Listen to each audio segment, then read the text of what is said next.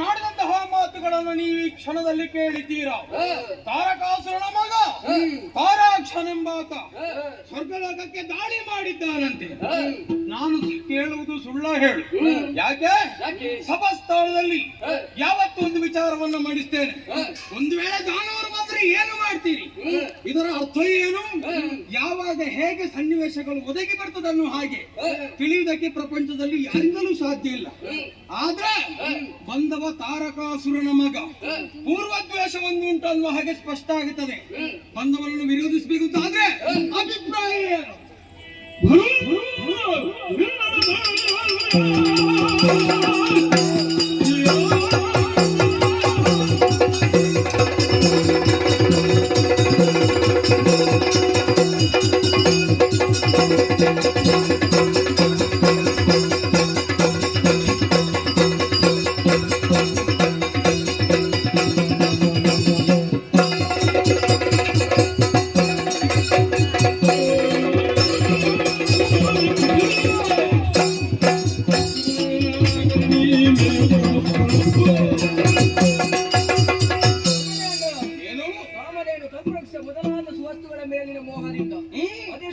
ನಮ್ಮ ಈ ಸ್ವರ್ಗಲೋಕಕ್ಕೆ ದಾಳಿಯನ್ನು ಮಾಡಿದ್ದಾರೆ.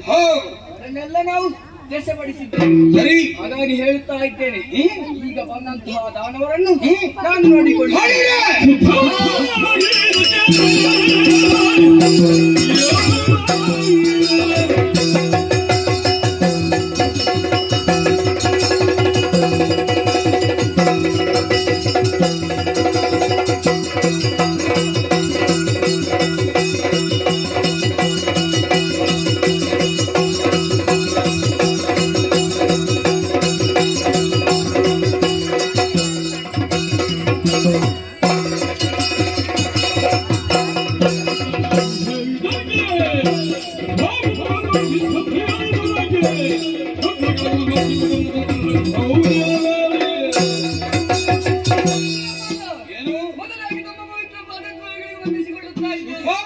ಸಂಪತ್ತನ್ನು ಗಳಿಸುವುದು ಮುಖ್ಯವಲ್ಲ, ಗಳಿಸಿದಂತ ಸಂಪತ್ತನ್ನು ಉಳಿಸಿಕೊಳ್ಳುವುದು ಮುಖ್ಯ. ಈ ಕಾಲಕ್ಕೆ ನಮ್ಮ ನಾಲ್ಕಲೋಕದ ಸುರಗದ್ದಿಗೆಯನ್ನು ಬಯಸುವುದಕ್ಕೆ ಬರ್ತಾರಂತಾದ್ರೆ ಯುದ್ಧದಲ್ಲಿ ಅವರನ್ನು ಸೋಲಿಸಿ ನಾನು ಬರ್ತೇನೆ.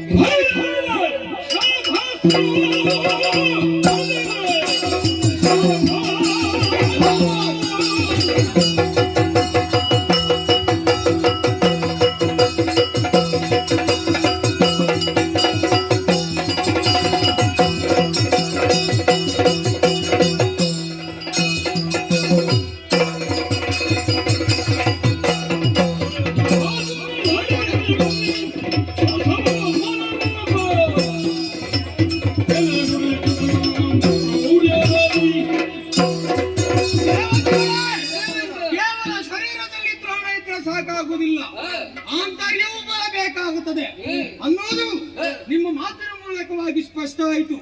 ಬಂದಂತಹ ವಿರೋಧಿ ಪಾಲವನ್ನು ಎದುರಿಸುವುದರಲ್ಲಿ ನಾವು ಸರ್ವ ವಿಧದಲ್ಲೂ ಸಮರ್ಥರು ಅನ್ನುವುದು ನಿಮ್ಮ ಮಾತಿನ ಮೂಲಕ ತಿಳಿಯಿತು ಎಂದಾದ ಬಳಿಕ ಆಯುಧಗಳನ್ನು ಹಿಡಿದುಕೊಳ್ಳಿ, ನಿಮ್ಮ ನಿಮ್ಮ ವಾಹನ ಏರಿ ಬೀದಿರಾಗೋಣ.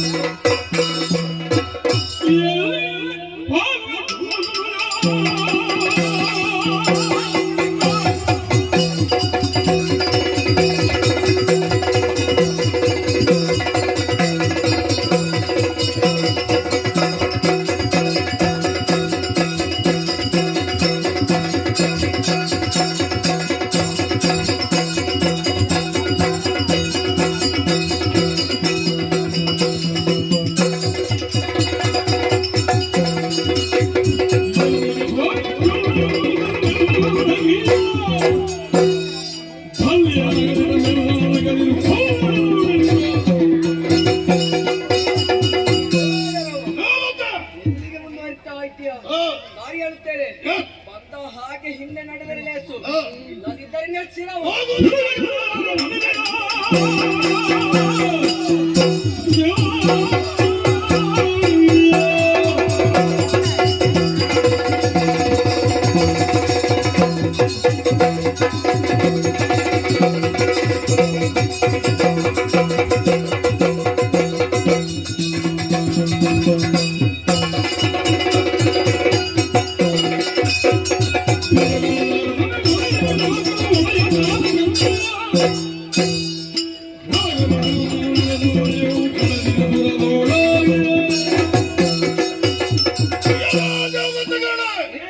ಅಡಿಗಡೆಗೆ ಅಸುರ ಕುಲದ ನಾಶವನ್ನೇ ಬಯಸಿ ನಮ್ಮ ನಾಶಕ್ಕಾಗಿ ಹೊಂಚು ಹಾಕಿ ಬಂದಂತಹ ಅದೆಷ್ಟೋ ಅಸುರರನ್ನು ಕೊಂದು ಕೆಡಹಿ ಅಸುರ ಕುಲದ ನಾಶಕ್ಕಾಗಿ ಬಯಸುವವರು ನೀವು. ನಿಮ್ಮ ವಿಚಾರವನ್ನು ಅರಿತು ಒಡೆಯಲಾದ ತಾರಕಾಕ್ಷರೊಂದಿಗೆ ಅಗ್ಗದ ಅಧಿಕಾರವನ್ನು ನಮ್ಮದಾಗಿಸಿಕೊಳ್ಳಬೇಕು. ಇಲ್ಲಿ ಇನ್ನು ಮುಂದಕ್ಕೆ ನಾವೇ ಇರಬೇಕು ಎಂಬ ಉದ್ದೇಶವನ್ನು ಇರಿಸಿಕೊಂಡು ಬಂದವರಿದ್ದೇವೆ. ಹಾಗಾಗಿ ಹೇಳುವುದಿಷ್ಟೇ, ಅಧಿಕಾರವನ್ನು ನಮ್ಮದಾದ ಒಡೆಯ ತಾರಕಾಸುರನಿಗೆ ಒಪ್ಪಿಸಿ ಹಿಂದೆ ನಡೆಯುವೆಯೋ ಪೆಟ್ಟು ತಿಂದು ಸಾಯಬೇಕು.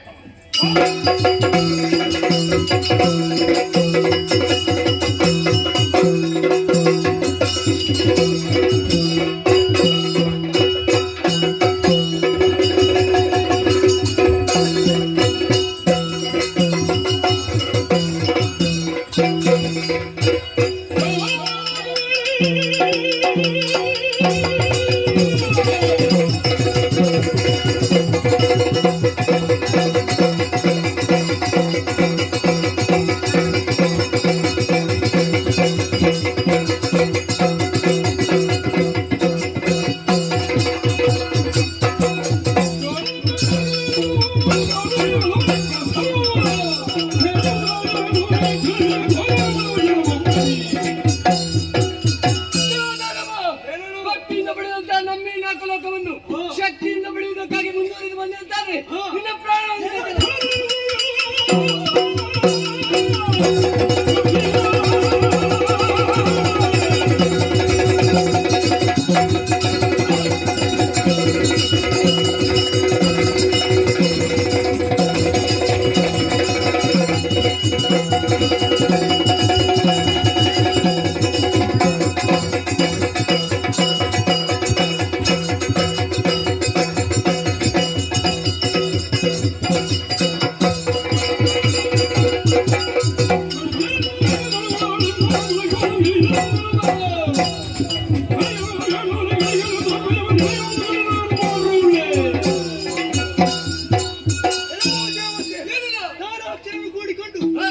ಪದವಿಯನ್ನು ಬಯಸಿ ಬಂದಿದ್ದೇವೆ. ಇಟ್ಟು ಕೊಟ್ಟರೆ ಲೇಸು, ಇಲ್ಲವಾದರೆ ಬೆನ್ನು ಹೊಡಿಬಾರದು.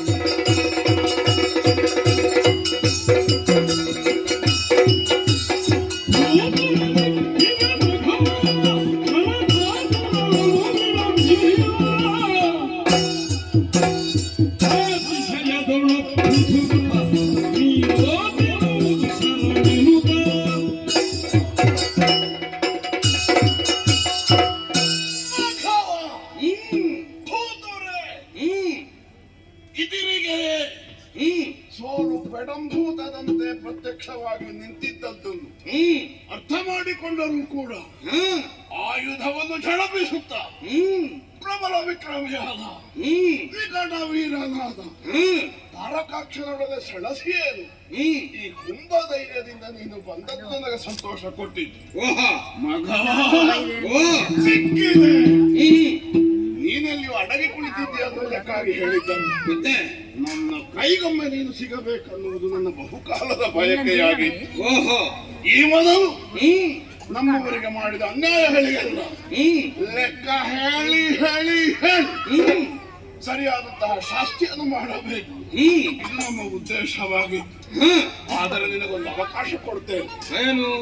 ಕನಕಪುರದ ಅಧ್ಯಕ್ಷನಾದ ಈ ತಾರಕಾಕ್ಷ ಅವನ ಮಹಿಮೆ ಏನು, ಅವನ ಅರ್ಹತೆ ಏನು, ಅವನ ಮೇಲ್ಮೆ ಏನು ಇಷ್ಟನ್ನು ಅರ್ಥ ಮಾಡಿಕೊಂಡು ಸಕಲ ನಾಕ ಸಂಪದವನ್ನು ನನ್ನ ಪದಮೂಲದಲ್ಲಿ ಇರಿಸಿ ಕೈ ಮುಗಿಯಿದ್ದಾರೆ. ನಿನ್ನ ಬೆನ್ನು ಹುಡಿಯಾಗುವುದು ತಪ್ಪುತ್ತದೆ. ಇಲ್ಲ ಅಂತ ನಾವೆಂದಾದರೆ ಹೊಡೆದ ಅಪ್ಪಳಿಸಿ ಕೂಡ ಸ್ವರ್ಗ ಮುಚ್ಚಾದ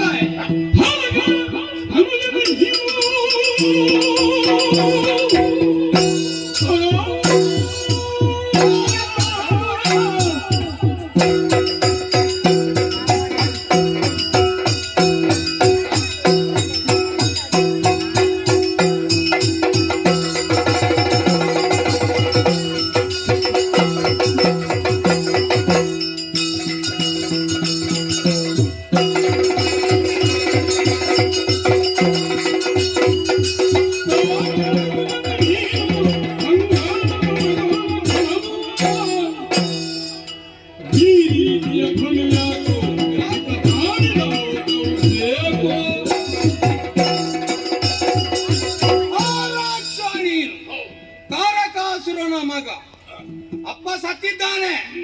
ಆದ್ರೆ ಅಪ್ಪ ಸತ್ತ ಎಂದಾದ ಬಳಿಕ ಪೂರ್ತಿ ಮುಗಿಲಿಲ್ಲ, ಇನ್ನಷ್ಟು ಸಾಧಿಸಬೇಕು ಅನ್ನುವ ಹಾಗೆ ಹೊರಟವ ನಿಜವಾದ ಮಗ. ಯಾಕೆ? ರಕ್ತಗತವಾಗಿ ಬಂದಂತಹ ಸಿದ್ಧಾಂತ ಊರ್ಜಿತವಾಗಿ ಬಂದಿದೆ ಎಂದಾದ ಬಳಿಕ ಸಕಲವನ್ನು ನನ್ನದಾಗಿಸಿಕೊಡಬಹುದು ಅನ್ನುವ ಹಾಗೆ ಬ್ರಹ್ಮಾಧೀನನಾಗಿ ಹೋಗಿದ್ದಿ. ಅದರಲ್ಲಿ ಭ್ರಮ ಏನೂ ಇಲ್ಲ, ಜಗತ್ತಿನ ಕ್ರಮವೇ ಹಾಗೆ. ಈಗ ಅಪ್ಪ ಒಳ್ಳೆ ಕೃಷಿಕಾಗಿದ್ದ ಅಂತ ಇಟ್ಟುಕೋ. ಒಳ್ಳೆ ಕೃಷಿಯನ್ನು ಮಾಡಿ ಅರ್ಧದಲ್ಲಿ ಅವ ಜೀವಿತವನ್ನು ಮುಗಿಸಿದ. ಮಗ ಅದನ್ನು ಮುಂದುವರಿಸಿಕೊಂಡು ಹೋಗಬೇಕು. ಅದು ಅಪ್ಪನಿಗೆ ಹುಟ್ಟಿದ ಮಗನ ಕರ್ತವ್ಯ. ಪೂರ್ತಿ ಮುಂದುವರಿಸಲಿಕ್ಕೆ ಉಳಿಬೇಕಲ್ಲ, ಉಳಿಸುವಂತಹ ಯೋಗ್ಯತೆ ಉಂಟನ್ನೋ ಹಾಗೆ ಮೊದಲು ಆಲೋಚನೆ ಮಾಡಬೇಕು. ಅಪ್ಪ ಅದನ್ನು ಉಳಿಸಿಕೊಂಡು ಬೆಳೆಸಿದ್ದಾನೆ, ಆದ್ರೆ ಮಗ ಉಳಿಸಿಕೊಡ್ತಾನೆ ಇಲ್ವೋ ಅದು ನಂಬಿಕೆ ಬೇಕಾಗುತ್ತದೆ. ನಿನ್ನ ಅಪ್ಪ ಸತ್ತದ್ದು ಹೇಗೆ? ಕೊಂದದ್ದರಿಂದ, ಕೇವಲ ಕೊಲ್ಲಿಸಿದ್ದರಿಂದ. ಹೌದು, ಆತನಲ್ಲಿ ಬಲ ಇತ್ತು, ಆದ್ರೆ ಆಂತರ್ಯದಲ್ಲಿ ಏನು ಬಲ ಇರಲಿಲ್ಲ. ನಿಜವಾಗಿ ಅವನಾಗಿ ಸತ್ತದ್ದು ಬಿಟ್ಟರೆ ಅವನನ್ನು ಕೊಂದದ್ದಲ್ಲ. ಮೊದಲಾಗಿ ವರವನ್ನು ಕೇಳುವುದಕ್ಕೆ ಹೋದಂತೆ ಬ್ರಹ್ಮದೇವರಲ್ಲಿ ನನಗೆ ಮರಣವೇ ಬರದಿರಲ್ಲ ಅನ್ನೋ ಹಾಗೆ. ಆಗ ಬ್ರಹ್ಮದೇವರು ಏನು ಹೇಳಿದ್ರು? ತತ್ ಅಸ್ತು. ಇದರ ಅರ್ಥ ಏನು? ತಾತ್ಕಾಲಿಕವಾಗಿ ಅಷ್ಟು. ಅಲ್ಲಿಗೆ ಇದು ನನ್ನ ಸಿದ್ಧಾಂತ.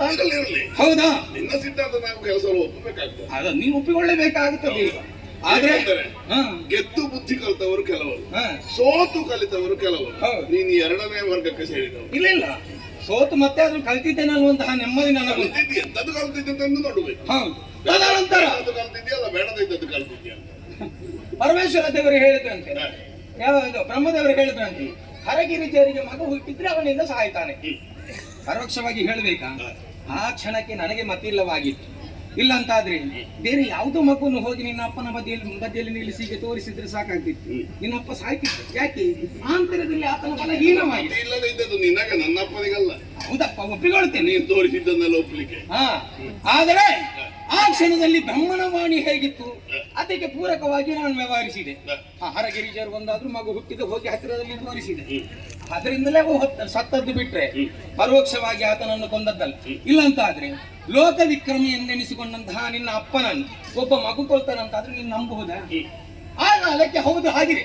ಆದ್ರೆ ಈ ಕ್ಷಣದಲ್ಲಿ ಅವ ಮಾಡಿದ ಅಪರಾಧವನ್ನೇ ಮುಂದುವರಿಸುತ್ತ ದೇವೇಂದ್ರನನ್ನು ಈ ಕಾಲದಲ್ಲಿ ಹಿಡಿದಿರಿಸ್ತೇನೆ, ಮುಂದೇನನ್ನು ಹಾಗೆ ತೋರಿಸ್ತೇನೆ ಅನ್ನೋ ಹಾಗೆ ನೀನು ಮುಂದುವರಿದೆ ಎಂದಾದ್ರೆ ಖಂಡಿತವಾಗಿಯೂ ನೀನು ಸಾಯುವುದು. ದೇವೇಂದ್ರ ಒಂದು ತಿಳ್ಕೊ, ಏನು ಯೋಧನಾಗಿ ಮುಂಬರಿದವ ನಮ್ಮಯ್ಯ.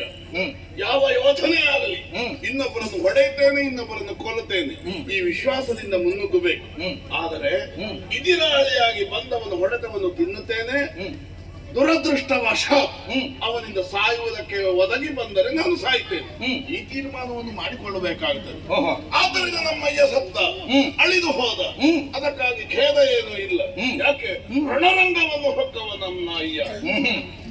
ಬಸುರಿಯೊಬ್ಬಳು ಹ್ಮ್. ಬೆಸಲೆಯಾಗುವುದಕ್ಕಾಗಿ ಹ್ಮ್. ಸೂತಕದ ಮನೆಯನ್ನು ಹೋಗುವಾಗ ಹ್ಮ್. ಎಲ್ಲರೂ ತೀರ್ಮಾನ ಮಾಡ್ತಾರೆ, ಹೇಗೆ? ಬಂದರೆ ಇಬ್ಬರು, ಹ್ಮ್. ಬಾರದಿದ್ರೆ ಇಲ್ಲ. ಓ ಹಾಗೆ. ಅದೇ ರೀತಿ ಯುದ್ಧರಂಗಕ್ಕೆ ಹೋಗುವುದು ಕೂಡ ಹಾಗೆ. ಹಾಗಾಗಿ ನನ್ನ ತಂದೆ ಸತ್ತ, ಹ್ಮ್. ಅದಕ್ಕಾಗಿ ನನಗೆ ಬೇಸರ ಇಲ್ಲ. ಹ್ಮ್. ಆದರೆ ಹ್ಮ್. ಅಯ್ಯನನ್ನು ಕೊಲ್ಲಿಸಿದವ ಯಾರು ಅನ್ನೋದು ನಮಗೆ ಸ್ಪಷ್ಟ ಉಂಟಲ್ಲ. ಹಾಗಾದ್ರೆ ಕೊಂದವನ ಮೇಲೆ ಅಷ್ಟೊಂದು ದ್ವೇಷ ಇಲ್ಲ, ಕೊಲ್ಲಿಸಿದವನ ಮೇಲೆ. ಕೊಲ್ಲಿಸಿದವನ ಮೇಲೆ ಇರುವುದು. ಹ್ಮ್. ನೀನೇ ಹೇಳಿದೆಯಲ್ಲ, ಹ್ಮ್. ಹರೆಯ ತುಂಬದ ಮಗುವಿನಿಂದ ಸತ್ತ. ಸತ್ತ. ಹಾಗಾದ್ರೆ ಸತ್ತದ್ದಲ್ಲ ಸಾಯುವಂತೆ ಮಾಡಿದ್ದು, ಕೊಂದದ್ದಲ್ಲ ಕೊಲ್ಲಿಸಿದ್ದು ಅನ್ನೋದು ಸ್ಪಷ್ಟ ಆಯ್ತಾ ಇಲ್ಲ. ಹ್ಮ್. ಹ್ಮ್. ಅಂತಹ ಧೂರ್ತನ ಹ್ಮ್.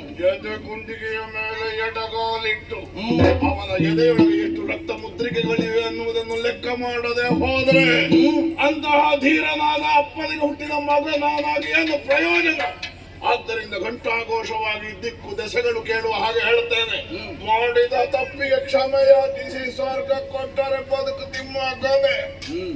ಆಶೆ ಪಡುವುದು ದೊಡ್ಡ ವಿಷಯ ಅಲ್ಲ, ಆಶೆ ಪ್ರತಿಯೊಬ್ಬರಿಗೆ ಇರ್ತದೆ.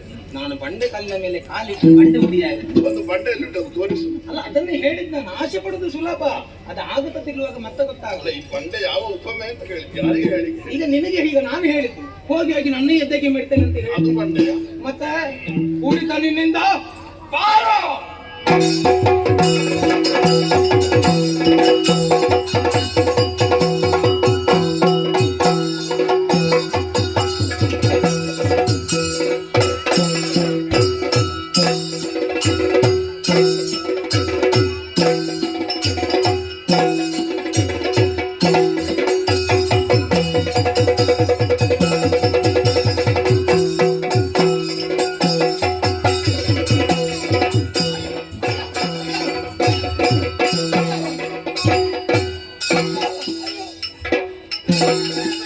ಸಾಕು, ಸಾಕು.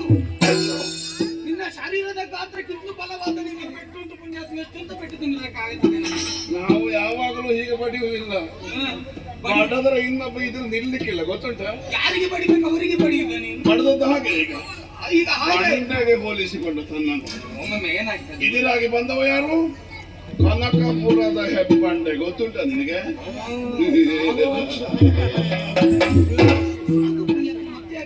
ಸೋಲನ್ನು ಒಪ್ಪಿಕೊಂಡು ಆಗಿದೆ ಅಲ್ಲ. ನನಗೂ ಒಂದಿದೆ, ಹೆಣಕ್ಕೆ ಚುಚ್ಚಬಾರದು. ನನಗೆ ಬೇಸರ ಯಾಕೆ ಗೊತ್ತುಂಟ, ಈಗ ನಿನ್ನ ಕೈಯಿಂದ ಕೊಟ್ಟಿದ್ದೀನಿ, ನಾಳೆ ನಿನ್ನ ಊರಿನಲ್ಲೆಲ್ಲ ಹೇಳ್ತಾರೆ, ನಿನ್ನನ್ನು ಹೊಗಳಿಕ್ಕೆ ಪ್ರಾರಂಭ ಮಾಡ್ತಾರೆ. ತಾರಾಕ್ಷ ಹೋಗಿ ದೇವೇಂದ್ರನಿಗೆ ಬಡ್ದದ್ದು ಅದಕ್ಕೆ ನಿನಗೆ ಬೇಸರ. ಹಿಗ್ಗ ಮುಗ್ಗ ಕಲಿತೆ ಯಾರಿಗೆ? ದೇವೇಂದ್ರ. ಈಗ ನಮ್ಮ ಸರ್ವೋಚ್ಚ ನಾಯಕನ ಪರಿಸ್ಥಿತಿ ಏನಾಯಿತು ಆಯ್ತಲ್ಲ, ಸ್ವರ್ಗಲೋಕ ಯಾರು ಗೆದ್ರು? ಎಲ್ಲಿಂಟು ಸಿಂಹಾಸನ? ಅದಲ್ಲಿ ಕೊಳ್ಳಿಸು. ಬಾ ಬಾ, ಹೀಗೆ ಬಾ, ಹೀಗೆ ಬಾ.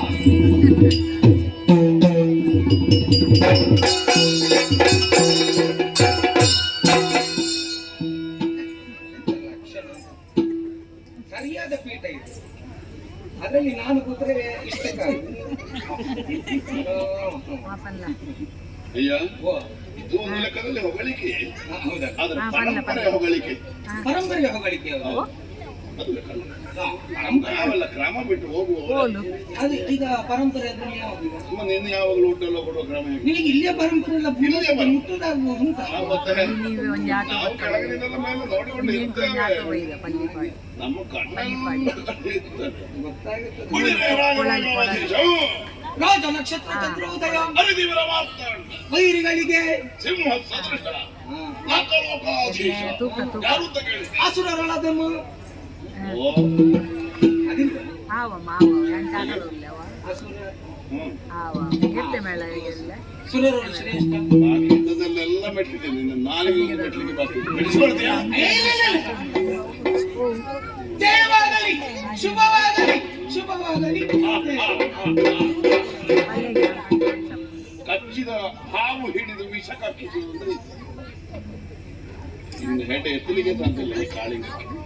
ಇಲ್ಲಿಂದ ತಲೆಗೆ ಮೆಟ್ಟಿದ್ದು ಸಿಂಹಾಸನ ನನಗೆ ಕೊಟ್ಟಿಯ ಇನ್ನೊಂದು ಪುಣ್ಯಗಿರಿ ಸ್ವರ್ಗ ಲೋಕದಲ್ಲಿ ಇರುವುದು ಸ್ವರ್ಗ ಸಿಂಹಾಸನ ಮಾತ್ರ ತುಂಬಾ ಉಂಟಲ್ಲ ಇಲ್ಲಿ ಅದೆಲ್ಲ ಎಲ್ಲಿ ಉಂಟು ಒಂದೊಂದೇ ಲೆಕ್ಕ ಹೇಳು ಒಪ್ಪಿಸುವ ಲೆಕ್ಕ ಹೇಳಲಿಕ್ಕೆ ನಾನಿಂದ ಆಗುದಿಲ್ಲ. ಲೆಕ್ಕ ಇಲ್ಲದಲ್ಲಿ ನಿನ್ನ ಅಧಿಕಾರದಲ್ಲಿ ಇದ್ದದ್ದಲ್ಲ ಹೌದು ಮತ್ತೆ ಲೆಕ್ಕ ಇಲ್ಲದೆ ಕಲ್ಪವೃಕ್ಷ ಕಾಮಧೇನು ಗಟ್ಟಿ ಹೇಳು. ಎಲ್ಲರಿಗೂ ಕೇಳಿ ಅದೇ ನಮಗಿದ್ದಿದ್ದಿಲ್ಲ. ಬೇಡ ಬೇಡ ನಾನು ಸಂಪಾದಿಸಿದ್ದು ಏನು ನನಗೆ ಗೊತ್ತಿಲ್ಲ ನನ್ನ ಒಟ್ಟಿಗೆ ಇವರಿಗೆ ಗೊತ್ತಾಗ್ತದೆ ಗಟ್ಟಿ ಹೇಳು. ಪೂರ್ತಿ ಕೇಳಿದ್ರೆ ಹೇಳೋದಕ್ಕೆ ಕಷ್ಟ ಹೆದರಿಕೆ ಆಗ್ತದೆ. ಗದರಿಕೆ. ಕಾಮಧೇನು ಕಲ್ಪವೃಕ್ಷ ಚಿಂತಾಮಣಿ ಉಚ್ಚ ಶ್ರವಸು ಐರಾವತ ಇವ ಇಲ್ಲಿ ಐಗಳ ಮಠದಲ್ಲಿ ಇದ್ದದ್ದು ಎಂತದ್ದು ಇದೊಂದುಂಟು. ಹೌದು ಅದು ನಾನು ಇಡ್ಲಿಕ್ಕೆ ನಾನು ಆ ಪಾಪ ಬಡ ಋಷಿ ಇದು ನಿನಗೆ ಎಂತ ಕಂಬಲಾಗಿ ಕಾಣ್ತದ ಪುಣ್ಯಾತ್ಮ? ಮಲ್ಲ ಮಂಚದ ಕಾಲಿನಾಗೆ ಕಾಣ್ತದೆ ಸುಮ್ಮನೆ ಅಲ್ಲ ಬಡ ಋಷಿಯ ಬೆನ್ನೆಲು ಬಲ್ಲ ಸರಿ ಒಣಗಿಸೋದು ವಾಸನೆ ಹೋಗಿಲ್ಲ ಅದು ಅಲ್ಲ ಯಾವತ್ತು ಹೀಗೆ ಆಗಲಿಲ್ಲ, ಇವತ್ತು ಯಾಕೆ ಹೀಗಾಗಿ ಈ ವರ್ಷ ಜಾರಿ ತಮ್ಮ ಐರಾವತ ಕಲ್ಪವೃಕ್ಷ ಕಾಮಧೇನು ನಂದನವದ ಅಪ್ಸರಸಿಯರು ನಿನಗೆ ಎಲ್ಲ ನೀನು ಯಾವ್ದು ಯಾವ್ದು ಇದ್ದದ್ದು?